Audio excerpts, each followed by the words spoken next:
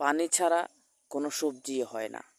আপনি সবজি চাষ করতে হইলে আপনার জমিতে পর্যাপ্ত পরিমাণে তুষ থাকতে হবে।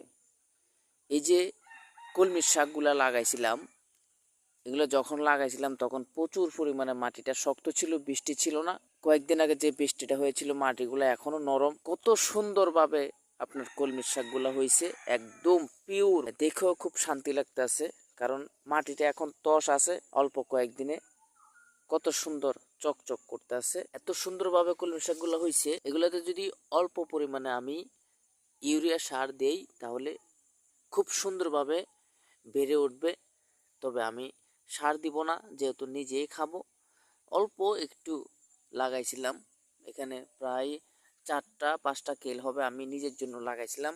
আপনারা ফ্যামিলির চাহিদা মেটানোর জন্য অল্প অল্প করে সবজি চাষ করতে পারেন। সবজি যেখানে চাষ করবেন আপনারা চেষ্টা করবেন যে ওই জমিটাতে সব সময় পানি দিয়ে জমিতে তুষ রাখার চেষ্টা করবেন। তাহলে আপনারা যে সবজিগুলো চাষ করবেন ওগুলোতে ভালো পরিমাণে ফলন আসবে। তো সবাই আমার জন্য দোয়া করবেন, সবাই ভালো থাকবেন, সুস্থ থাকবেন। আল্লাহ হাফেজ।